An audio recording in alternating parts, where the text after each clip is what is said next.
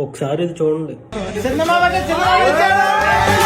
ना मैं हूरी ना परीसा इश्क है तू भूल तो आजा जाना दावते इश्क है इश्क. ఈ వీడియో చూడగానే చాలా అంటే చాలా హ్యాపీ ఫీల్ అయ్యాను. ఎందుకు చెప్తాను వినండి. నేను ఒక రోజు రాజమండ్రిలో మా ఫ్రెండ్ బర్త్డే ట్రీట్ ఇస్తున్నాడు అని చెప్పేసి ఒక రెస్టారెంట్ కి అయితే వెళ్ళాను. అంతా అయిపోయిన తర్వాత నేను వెళ్ళిపోవడానికి అని చెప్పేసి బండి తీసుకుందామని బయటకు అయితే వచ్చాను. యాక్చువల్ గా ఒక స్ట్రీట్ లోపలికి ఉంది ఆ రెస్టారెంట్. పెద్ద రెస్టారెంట్, రాజమండ్రిలో పెద్ద రెస్టారెంట్, నేను పేరు చెప్పను.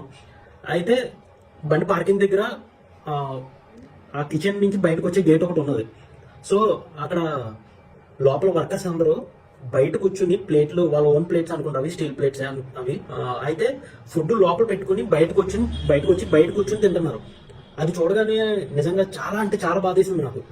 నేను ఆ రోజు అనుకున్నాను ఏంటంటే, మనం ఒక బిజినెస్ పెట్టామంటే అందులో మన కష్టం ఎంత ఉంటుందో, అలాగే మన కోసం పనిచేసే వాళ్ళ కష్టం కూడా అంతకంటే ఎక్కువ ఉంటుంది. అలాంటి వాళ్ళని మనం ఇంకా ఎక్కువగా, మనకంటే ఎక్కువగా చూసుకోవాలి.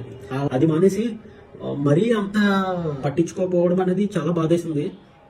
ఒకవేళ గనక నేనే గనక అలాంటి రెస్టారెంట్ పెట్టి లేకపోతే ఒక వర్కర్ని పెట్టుకుని చేసుకునే స్థితికి వస్తే నేను మాత్రం ఇట్టి పరిస్థితుల్లో ఎలా అస్సలు అవ్వకూడదు అని చెప్పేసి ఆ రోజు నిర్ణయించుకున్నాం. ఇది మినిమం ఒక 1 year పైన అవుతుంది నేను ఇది చూసి. ఇలా వర్కర్స్ ని సొంత వాళ్ళ చూసుకునేది చాలా తక్కువ మందే ఉంటారు. నేను డిసెంబర్ డిలైట్స్ ని ఎప్పటి నుంచో ఫాలో అవుతున్నాను, కానీ నాకు ఈ వీడియో చూసిన తర్వాతే ఆవిడ మీద ఇంకా అభిమానం పెరిగింది. ఆవిడ ఈ ఒక్క సందర్భంలోనే కాదు, ప్రతి విషయంలోని వాళ్ళ వర్కర్స్ ని ఇదే విధంగా చూసుకుంటున్నారు.